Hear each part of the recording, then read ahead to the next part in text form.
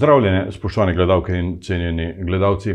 22. junij občina Idrija v spomin na prelomne dogodke daljnega leta 1508 praznuje občinski praznik. To je prava priložnost za premislek o delovanju naše lokalne skupnosti, rezultatih zadnjih let in tudi za pogled v prihodnost. Gost današnje oddaje Aktualno je idrijski župan Tomaž Vencelj, ki ga prav lepo pozdravljam v našem studiu. Dobrodošli. Lep pozdrav. Letošnji praznik bo minil brez omejitev, ki nam jih je prinesla korona.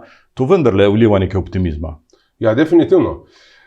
Tudi samo dogajanje v občini se je začelo nazaj, se pravi prireditve kulturne, športne in tako naprej.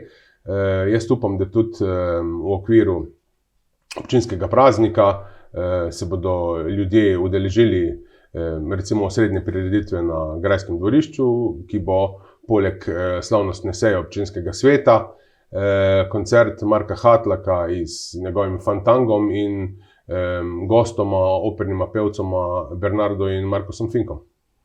Za razvojni utrip občine pa so pomembne investicije. Na področju cest se kar nekaj dogaja v teh mesecih. Ja, nekaj se dogaja, nekaj se bo še dogajalo. Po dolgem času oziroma po predolgem času se je zaključila sanacija dovozne poti na Korejo v Spodnji Idriji. Zdaj, kar se tiče občinskih stvari. Triglavska ulica. Triglavska ulica se sanira sanacijo, se pravi, izvajalec mora popraviti napake, ki so bile zelo velike, tako da tudi sanacija je zelo velika. Se pravi, na svoje stroške sam izvajalec. Potem je pa kaj? V poletnih mesecih se bo dogajala sanacija 3 cest, ki smo jih določili vnaprej skupaj s predstavniki krajevnih skupnosti. To leto se sanira del ceste proti Vojskem in sicer od odcepa za Rečev Greč proti Kočevšu.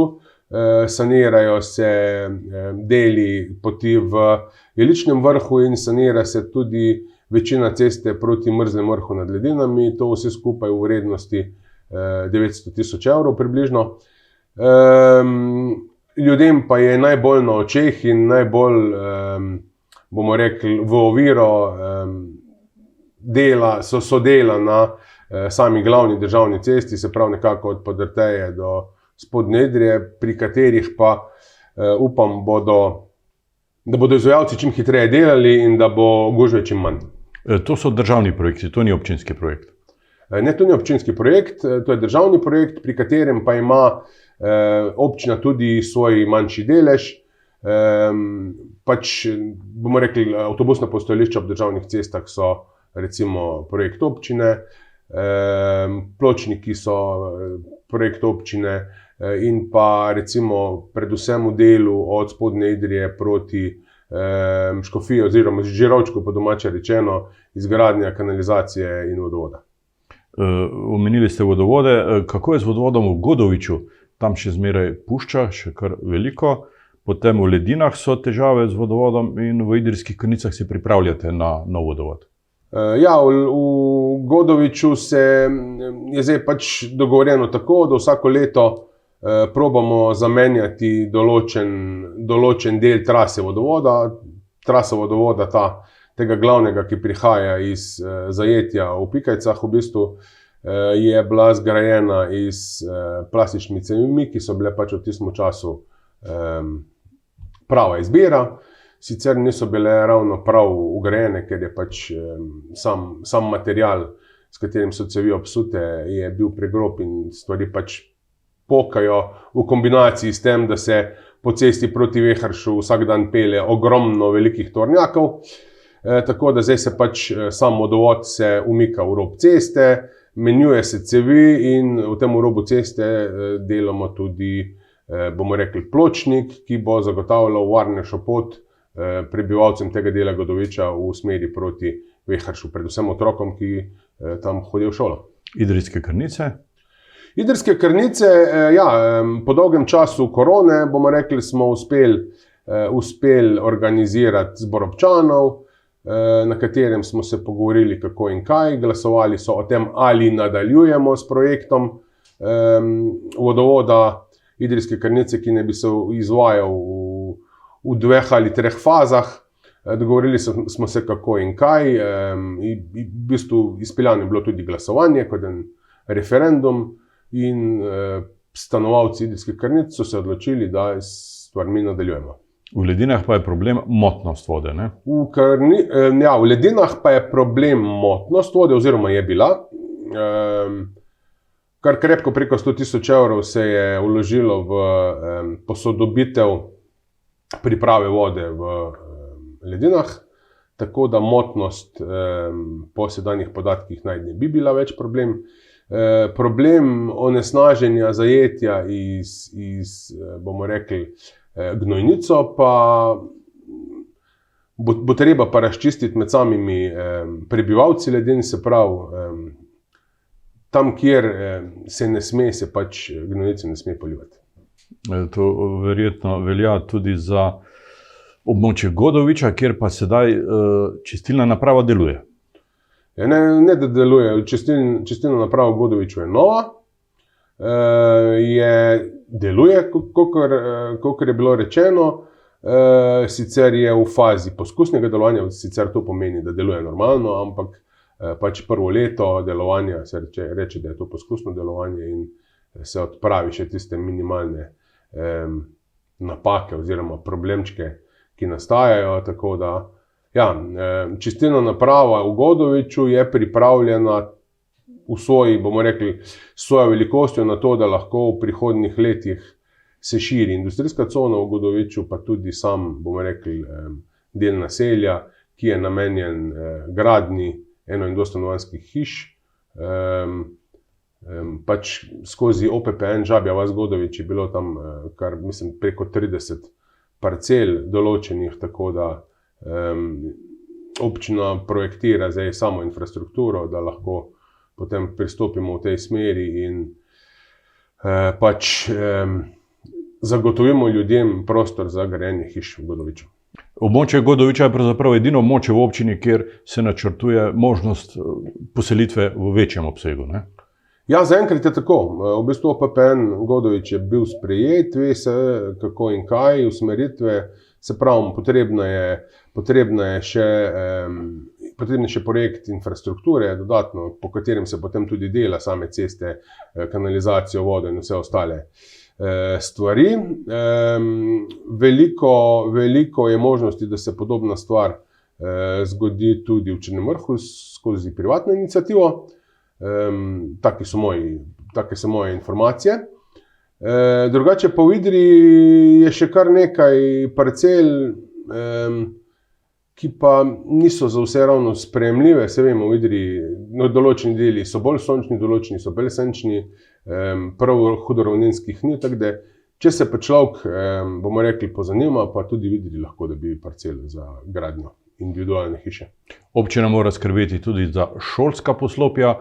V Spodnji Idriji je poslopje sedaj urejeno do neke mere. Ja, do neke mere bomo rekli, da je. Se pravi, tiste osnovne stvari so zagotovljene. Se pravi, ko se je zaključil vrtec, se je naredilo novo jedilnico, mislim, da 4 nove učilnice, postavilo se je dvigalo, ki zagotavlja dostop tudi, bomo rekli, oziroma dostop vsem vse nadstropja šole. Tudi to je, kar se tiče Spodnje Idrije, se pravi, v Spodnji Idriji drugače v prihodnosti bo potrebna še neke energetske sanacije, zamenjave oken določenih fasade. Bo pa tako, da se, bom rekel, če bom jaz še župan, bomo pač neke prioritete mogli delati, ne. Energetska sanacija v Idriji je bila izvedena in poslopje je bilo nadgrajeno za potrebe knjižnice. Ja. Zakaj še ni odprta? Ja, knjižnica je v bistvu bila zdaj v zadnjem letu, bomo rekli, gradbeno izvedena do konca. Pred parimi dnevi so v njo tudi, bomo rekli, postavili vse potrebno pohištvo, omare, stolčke in tako naprej. Tako da knjižnica čaka na uporabno dovoljenje in jaz sem prepričan, oziroma bom rekel, upam, da z novim šolskim letom bodo otroci začeli tudi uporabljati novo knjižnico. V Črnem Vrhu ste obnovili telovadnico. Problemi z Radona so še prisotni? Ne, v bistvu problemov z Radonom ni. Mislim, problemi so, ampak so odpravljeni. Tu se je že pred leti naredilo neke, bomo rekli, prezračevalne cevi pod samimi tlaki teh prostorov, ne, iz katerih se izsesuje zrak ven in na ta način se odvaja ta radon. Godovič naj bi dobil večnamensko dvorano za šport, za šolarje, za otroke v vrtcu. Drži? Ja, ideja je taka. Tudi v bistvu nisem Godovič, formirali smo 2 delovne skupine na občini, ki se boste ukvarjale z, bomo rekli, večnamensko dvorano, čeprav je to dvorana za izvajanje športa, prvotno, v kateri si bi lahko dogajali tudi neki dogodki, recimo kot zdaj v Črnem Vrhu. Se pravi, dvorana v Godoviču in, bomo rekli, dograditev oziroma sanacija obstoječe plus dograditev šole s podobno dvorano v Ledinah. Tako da tu sta 2 delovne skupine, ki se ukvarjata s tem. Projekte smo v fazi, bomo rekli, pridobivanja projektanta. Tako da delati moramo na projektih, se pravi, da pridemo skozi projekte do gradbenih dovoljenj in potem čakamo na razpise, ki so ali strani ministrstev ali strani Evrope za take stvari. To pomeni, da nekaj let projekt še ne bo izveden, ne? Ja, brez tega, da bi dobili sredstva na razpisih, je praktično nemogoče naprav takoj. Modra dvorana v Idriji, poznamo problem, včasih je zamakala, sedaj ste to rešili? Mislim, rešili, ja. Naredila se je določena sanacija, tako da streha minimalno še pušča. Drugače pa je projektiranje sanacije modre dvorane v čisto zaključni fazi. Se pravi, bomo rekli nekako energetska sanacija s posodobitvijo in prezračevanjem naj bi bila pa prioriteta v prihodnjih letih, recimo občine. Prezračevanje je pomembno tudi za uporabo objektov v poletnih mesecih, ne? Ja, v modri dvorani v poletnih mesecih praktično nevzdržno vroče, tako da se bo dvorana tudi klimatizirala, oziroma samo energetsko sanacijo sem prepričan, da se tudi sam prostor ne bo več tako močno ogrel, kakor se sedaj. Kulturne dvorane v Idriji je filmsko gledališče, čaka že vrsto let na posodobitev, dograditev. Kako je s tem? Ja, filmsko gledališče je sprojektirano.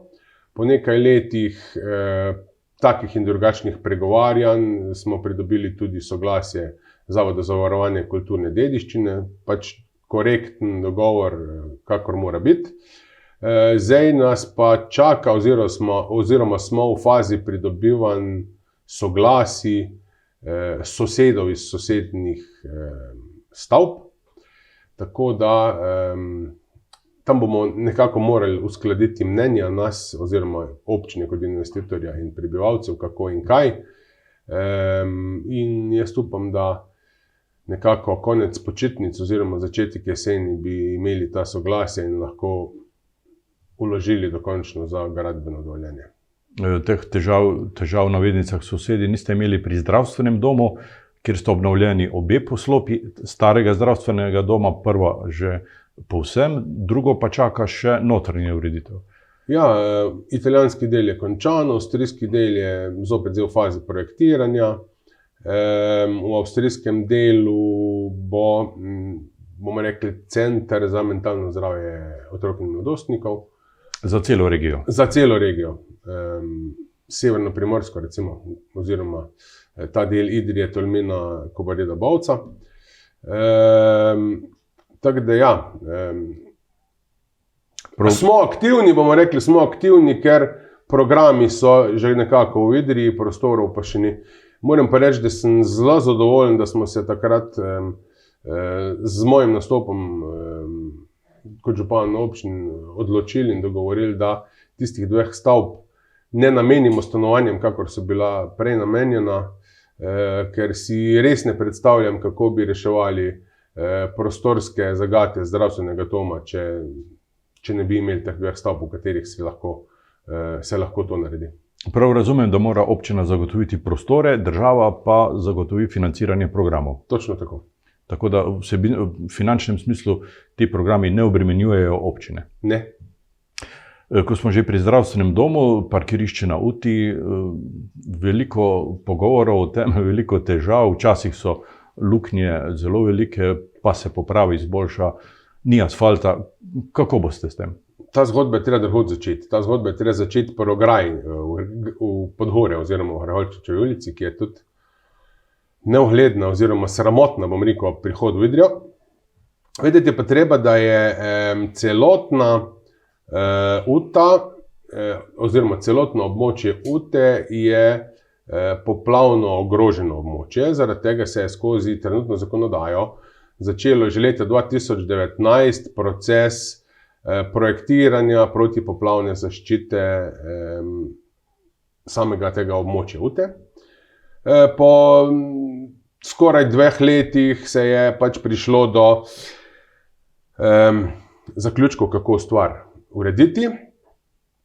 Potem smo naročili sam projekt oziroma izvedbeni projekt, kako je to, ki je zdaj pač čisto v zaključni fazi. Vmes smo podpisali še dogovor z državo oziroma z direkcijo za vode o financiranju protipoplavnih ukrepov, za katere naj bi občina Idrija oziroma naj bi na območju občine Idrija dobili slabih 7 milijonov evrov. Se pravi, to je, gre se za območje od stadiona do Topilniškega jezu in območje Nikove od izliva v reko Idrijco do nekako konca Žabje vasi oziroma za gradom. Se pravi,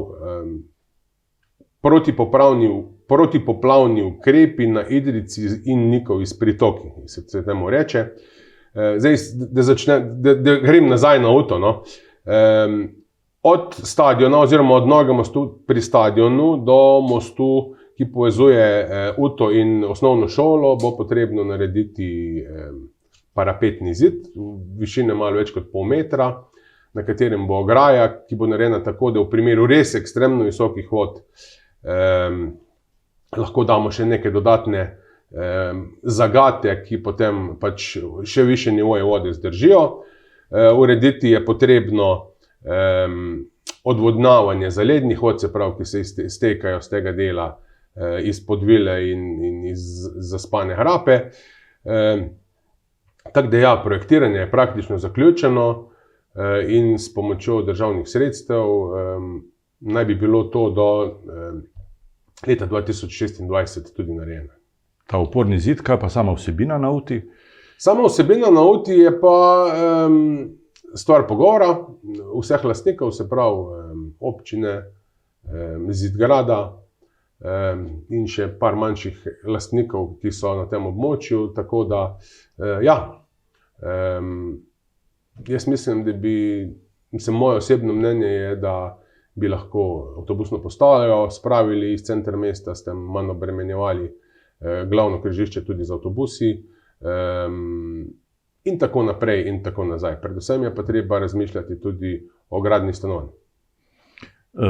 To območje nima težav s posledicami rudarjenja, pod tem območjem ni rovov, so pa na levem bregu Idrijce. Te posledice 500-letnega rudarjenja se kažejo tudi tako, da se Smukov in Poljančev hrib peljeta proti Uti, proti Sotočju, tudi do 2 cm na leto. To so kar veliki premiki. Ja, to so premiki, ki so pač zaznani že skozi leta, so manjši, kot so bili. Jaz mislim, da predvsem je pri celi stvar pomemben monitoring, se pravi, da se spremlja stvar, kaj se dogaja.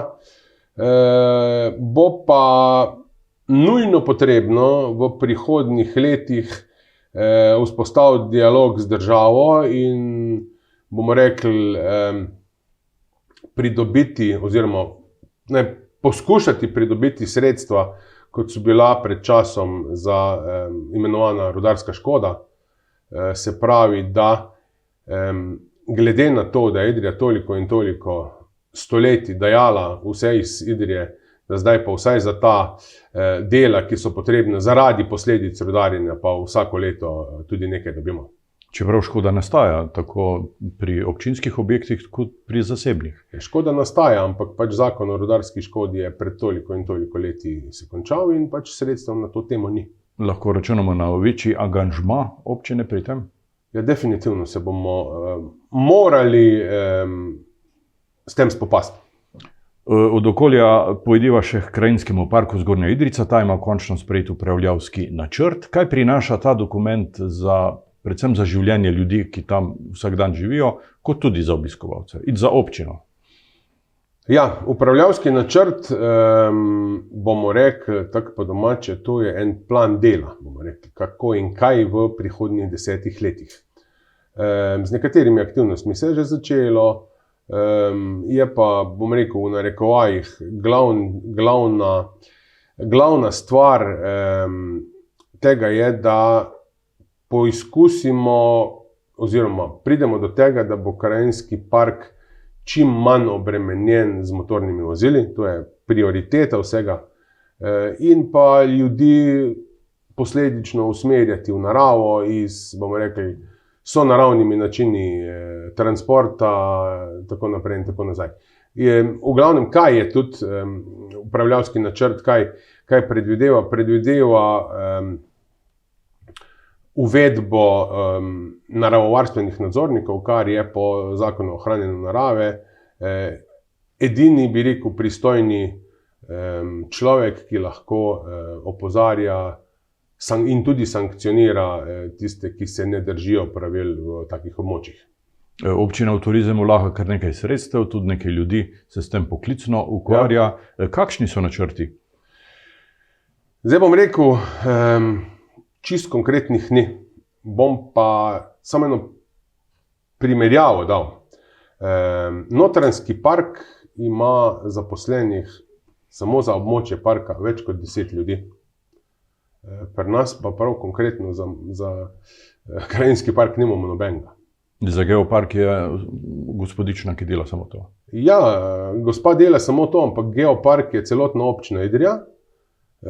Pa Geopark ni, bomo rekli, Krajinski park. Geopark smo vsi, ki živimo v občini. Tam je pa pač določen del, ki je pod posebnimi varstvenimi pogoji. Torej, dobri izgledi vlečajo? Tako.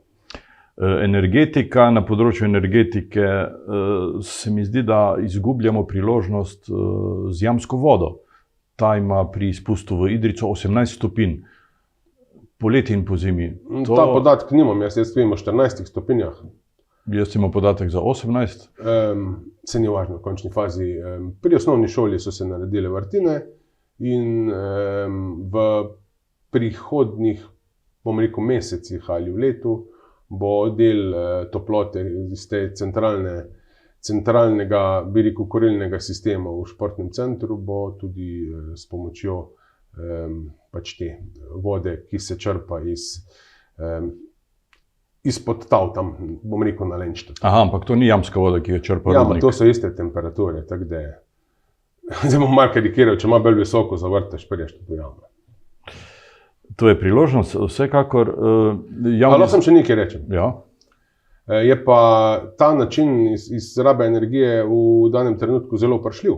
Kajti nihče ne ve, kaj bo s ceno električne energije, ki je pa tudi potrebna za to, da lahko ti to toploto vode pretvoriš v toploto, ki jo potem mi dobimo po ceveh v zgradbe. Ja, tudi ob sedanji krizi z Ukrajino so težave s plinom. Večina javnih zavodov se sedaj ogreva na plin. Drži to? Kaj pomeni za proračun? Točno tako, ne vemo še. Trenutno imamo fiksirane cene, dokdaj bodo pa ne vem. Moram pa reči, da je daleč najboljša odločitev v zadnjem času, kar se tiče energetike, je bila izgradnja kurilnice na lesne sekance v osnovni šoli Črni Vrh. Se to utegne zgoditi tudi v Spodnji Idriji, v Idriji? Velike kurilnice na sekance rabijo izredno veliko prostora, predvsem zaradi dobav z velikimi tovornjaki in velikih zalogovnikov, tako da povsod ne bo šlo tako. Število prebivalcev se tudi v vaši občini zmanjšuje, tako kot več ali manj povsod. Ja. Kako odgovarjate na ta izziv prihodnosti? Mladina potrebuje predvsem stanovanja. Ja, vedeti moramo, da ljudje malce se odseljujejo, malce se doseljujejo, odseljujejo se predvsem mladi, z višjo izobrazbo, priseljujejo se malce starejši z malce nižjo izobrazbo. Tudi rodnost je precej slabša, kot je bila pred leti. Tako da, ja, izziv je v vseh takih občinah, v bistvu izven velikih centrov. Sicer, ne bom rekel, da me to laži, ampak vsaj nekako vidim, da se po celem svetu oziroma po celi Evropi v podobnih krajih dogajajo iste stvari. Ja, kar se tiče stanovanja, pa tako. Občina je trenutno v zaključni fazi projektiranja stanovanj v objektu nekdanjega dijaškega doma. Se pravi, če pogledamo zidarje gor, levi del stavbe bo namenjen stanovanjem za mlade. Projektiranje se zaključuje, nekako tam bi lahko bilo med 12 do 15 stanovanj, zdaj trenutno projektiramo jih 13, različnih velikosti, pa glede na potrebe, manjše ali večje. To so najemniška stanovanja. To so najemniška stanovanja, ki bi bila v lasti občine. Nekdanji hotel Didič bodo tudi predelali v stanovanja? Ja, če lahko še tisto misel končam. V lasti občine je preko 100 stanovanj že sedaj, za katera je zelo veliko povpraševanja. Tudi zadnji razpis za nekaj prostih stanovanj je bil izredno, bomo rekli, velik odziv. Moram pa reči, da bilo bi lepo, da bi tudi tovarne, ki so nekdaj že imele svoje stanovanja, vložile sredstvo v to, da bi pridobile zopet same pač stanovanja in na ta način omogočile bivanje svojim delavcem. Pač občina za vse ne more skrbeti in tudi ni smisel občine v tem, da vse to pač naredi. Nova stanovanja bodo torej v hotelu Didič, v gostišču Soča in v novem poslopju Fršola. To je kar nekaj stanovanj letos. Ja, tako. Vsa stanovanja naj bi bila zaključena že letos. Mislim, da najprej bo na voljo stanovanja v Fršolu, po domače povedano tam v Zaspani grab, pri Didiču oziroma v hotelu Nanos in v Soči pa tudi enkrat do konca leta. Po mojih informacijah bo vsega skupaj 26 stanovanj, ki bodo namenjene prodaji. Kako pa je s pozidavo območja za hotelom Didič? Tam se je nekaj zaustavilo. Ja, v bistvu malce se je zaustavilo, ampak spet prav v zadnjih tednih zelo aktivno se pogovarjamo z lastniki oziroma z investitorji, se pravi s podjetjem Kolektor Calling, ki zaključuje vse projekte, kar se tiče gradnje na tem območju, in nekako je dogovorjeno, da v prihodnjih 2 letih naj bi se tam dogajalo. V jeseni končujete vaš 4-letni županski mandat, končuje tudi občinski svet. Kako ste sodelovali z občinskim svetom? Rdeča nit je bila pravzaprav korona. Ja, rdeča nit je bila korona. No. Skozi korono smo se marsikaj navadili. Navadili smo se imeti seje po internetu, navadili smo se govoriti eden za drugim, mogoče. Drugače pa jaz moram reči, da jaz z občinskim svetom kot župan je bilo z mojega vidika sodelovanje na vrhunskem nivoju. Se pravi, občinski svet v Idriji tradicionalno, ne samo za izmeri, pametne stvari vedno potrjuje, sploh se ne gleda politično o tem, kaj bo kdo rekel. Če je stvar pametna in je in je pomembna za skupnost, se jo na občinskem svetu praktično vedno potrdi s kakšnim glasom proti ali pa vzdržanosti, drugače pa praktično soglasno. Imeli ste tudi pravzaprav neformalno koalicijo, veliko koalicijo, kar je vedno udobno za obvladovanje razmer z stranko SD in SDS, iz katerih ste tudi imeli podžupana Branka Lapajneta in Kristjana Brusa. Ste zadovoljni z sodelovanjem teh podžupanov? Ja, v bistvu Branko je bil bolj operativen, ker je bil praktično vsak dan na občini, tudi njegova dela so bila bolj na očeh vsem, se pravi infrastruktura oziroma investicije. Kristjan je bolj skrbel oziroma še vedno skrbi za pogovarjanja s krajevnimi skupnostmi, za samo sodelovanje s predsedniki krajevnih skupnosti, kar je pa bilo spet v teh časih korone malce težavno, ne. Načeloma pa ta koalicija, ki ni bila koalicija, je delovala v redu. Moram pa reči, da sem tudi z vsemi drugimi, kar jih je bilo v občinskem svetu, zelo dobro sodeloval. Tako da stranka v tem primeru res ni bila važna. Važno je bilo samo to, ali je nekaj za občine in občane pomembno ali ne. Največ vročih debat smo slišali pravzaprav iz ust članov vaše liste. Ja, tako bom rekel, v vsakem primeru je dobro, da ima tudi župan, bom rekel, v ozadju eno slabo vest, ki mu vsake toliko časa kaj pove, a je kaj prav ali kaj ni prav, a je kaj tako, kot smo se dogovorili, ali se nismo. Tako da jaz sem to, tako bom rekel, zelo dobro namerno imel. Boste jeseni kandidirali za nov mandat? Ja, jaz bom rekel tako, samo za 4 leta se nas splača iti na tako funkcijo, ker v 4 letih prvič, bom rekel, se šele dobro vpelješ in ugotoviš, kako ta sistem od občine naprej proti državi deluje. Si nekako narediš poti do tistih, ki jih rabiš, da pač stvar funkcionira.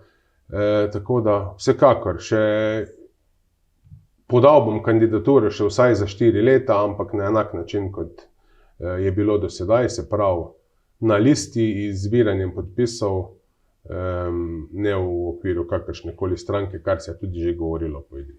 22. junij je dan svetega Ahacija, občinski praznik v spomin na prelomne dogodke leta 1508. Kako boste obeležili ta slovesni praznik? Ja, slavnostna seja na grajskem dvorišču in koncert, o katerem sem že prej dejal, podelitev občinskih nagrad za to leto. Tako da jaz upam predvsem na obisk, dober, se pravi, da tudi ljudje se tega udeležijo in da začutijo, da so del tega. Tomaž Vencelj, župan občine Idrija, hvala za obisk v našem studiu, hvala za ta zanimiv pogovor in veliko sreče in uspeha vam želim na jesenskih volitvah. Ja, hvala lepa. Vam, spoštovani gledalke in gledalci, pa hvala za pozornost in srečno.